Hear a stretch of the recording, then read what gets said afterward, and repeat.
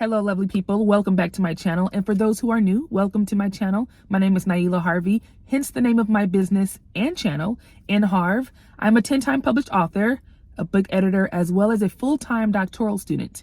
But what you may not know is that I am a Los Angeles native. And at the time of recording this, Los Angeles is going through. And I struggled with recording this video because I don't want to be insensitive to anyone who has lost their homes in the fires, or anyone who knows someone who has lost their homes like I do, anyone whose family and friends are in a state of panic like mine. And I really don't know. I don't know how to feel. And of course I will donate. Of course I will volunteer if I can when I go back to LA in a few weeks. Of course, you know, I will share information, share resources. I will do all of the things that is necessary for me to do, that I feel are necessary for me to do. But I also wanted to add to the healing and the coping process with this video by sharing ways that you can write through trauma, be it the Los Angeles fires or your own personal trauma, and really process your emotions and your feelings in writing and through writing. As you can tell, I'm outside. I am on the way to the first chapel service of the new semester. I attend Howard University and I go to chapel service on Sundays. And I could not share this video. So I am in my car and I'm recovering from a slight cold, but through it all, I do not want to edit this video so much to where it takes away from my authenticity. So forgive me in advance for sniffling. Forgive me in advance for stumbling over my words, possibly because I'm a little emotional. Forgive me in advance. Ooh, I almost felt a tear, but we're going to push past that, or at least try to. Forgive me in advance for maybe not communicating or sharing my thoughts as succinctly as possible.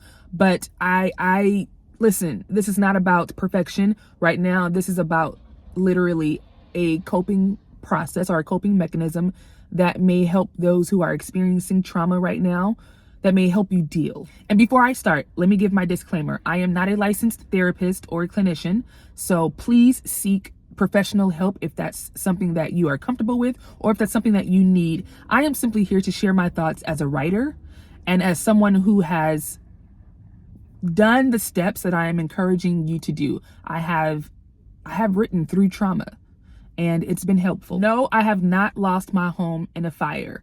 No, I have not experienced what a lot of you may have experienced, but I've experienced my own trauma, just like those of you who may be watching.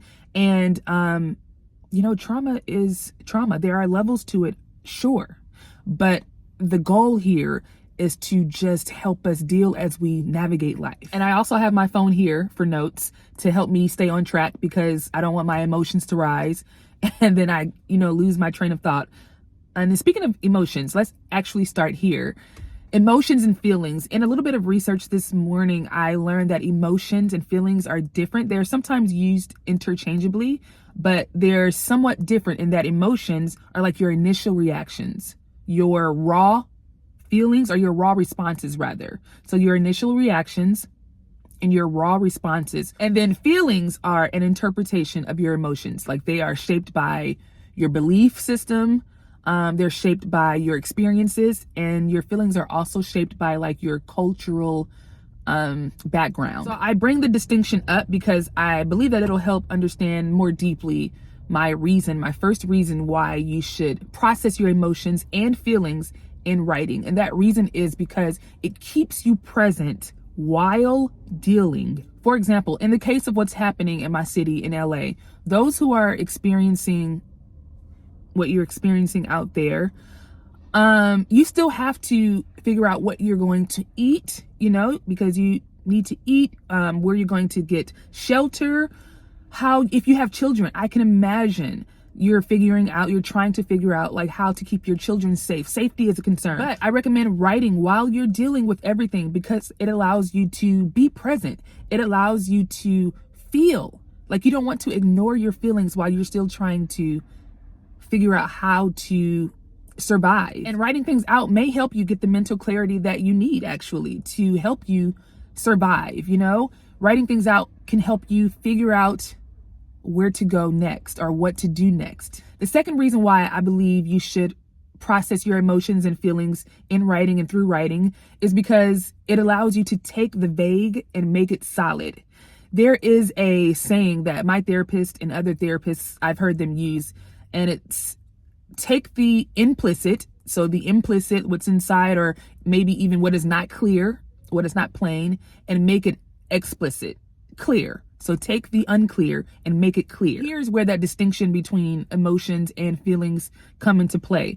When you take what's vague to make it solid, it's allowing you, or it can allow you to interpret your emotions and turn them into feelings. So you're interpreting those raw reactions of something that happened, and you're processing by writing out how you feel about that. You're kind of categorizing your emotions and turning them into a feeling. A feeling is more so something that you can name. You can name a feeling. I feel angry. I feel sad.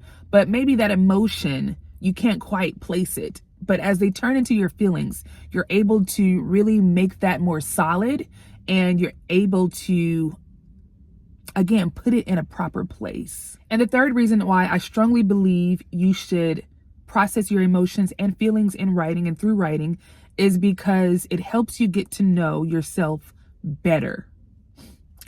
A benefit of writing and journaling is reflection, and reflection helps to improve self-awareness. So by documenting your experiences, by tracking your mood, by writing down how you feel, this will allow your future self, when you read it, go back and read it, it will allow your future self to see how you respond to trauma, like how you deal, how you cope by what you've done in the past. It will also allow you to see like what was done in order to make you feel better, or what was provided that you needed, at what time it was provided, and what you needed, and how you reached out and asked for help. It will allow you to see all of that, because here's the thing, you may have to return that favor in the future. Like trauma happens, things happen, and what we need during that time may be what someone else needs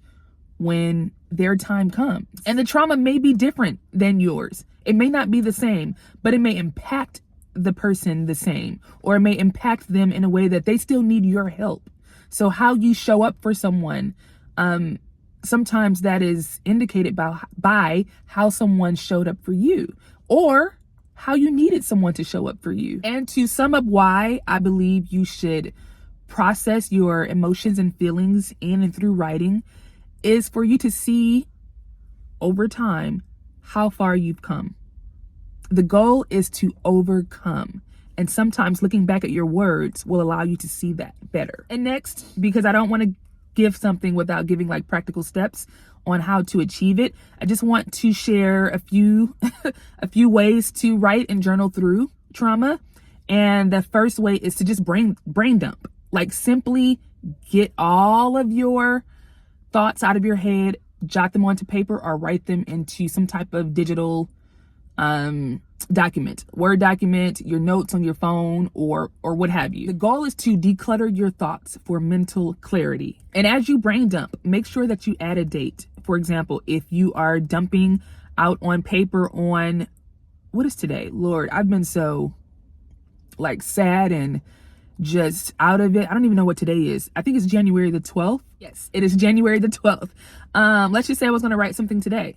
I would make sure at the top of my journal paper or on my Word doc, Google Doc, whatever, that I put 1/12/25. You know what I mean? Like I'd put the date. How you feel on January 12th may not be how you feel on January 15th. Like you want to see your progress. You want to see how you have progressed from one day to the next. You also want to see how long it took you when when your future self is going back to look at this. You want to see how long it took you to cope and to deal with a particular situation. So it may have taken you, let's just say 17 days, like a little over 2 weeks to really get over X. or it may have taken you, I don't know, 30 days to really deal with why. You get to see that a little bit more clearly when you add dates, because the dates matter. It's like how you deal with things day to day. One day you may be up, one day you may be down, but all in all, how long did it take you to heal? That's what you're tracking for. And we all know healing is a journey. So you may not have like a specific end date on when you felt like that you were, relieved in a sense, but hopefully at some point in your trauma, you will have felt better.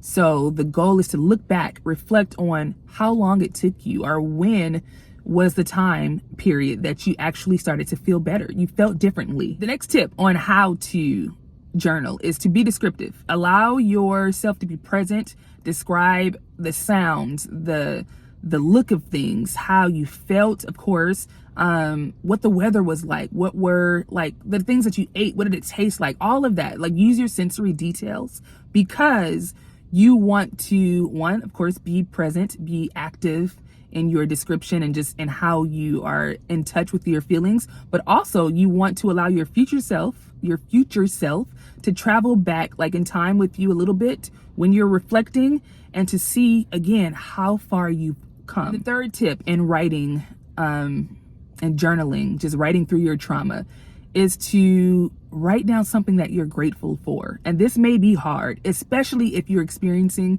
what my city is experiencing, those who are losing their homes in fires. It may be hard to write down what you're grateful for in this season. I get it. But if it's one thing that comes to mind, write it down. It could be simply you're grateful for life, or you're grateful for the clothes that you do have on your back, or you're grateful for a second chance. I don't know. And it could be nothing. I don't know. The thing is, if there is something that you are grateful for, write it down, because that's the thing that keeps hope alive. Gratitude keeps hope alive. And after all, we're working toward hope. So that's it. That's all I have for you today. I hope that this helps. My prayers are with you, Los Angeles. I love you. You have raised me. You're my favorite city in the entire world. We will get through this. I'm going to go because I'm starting to cry.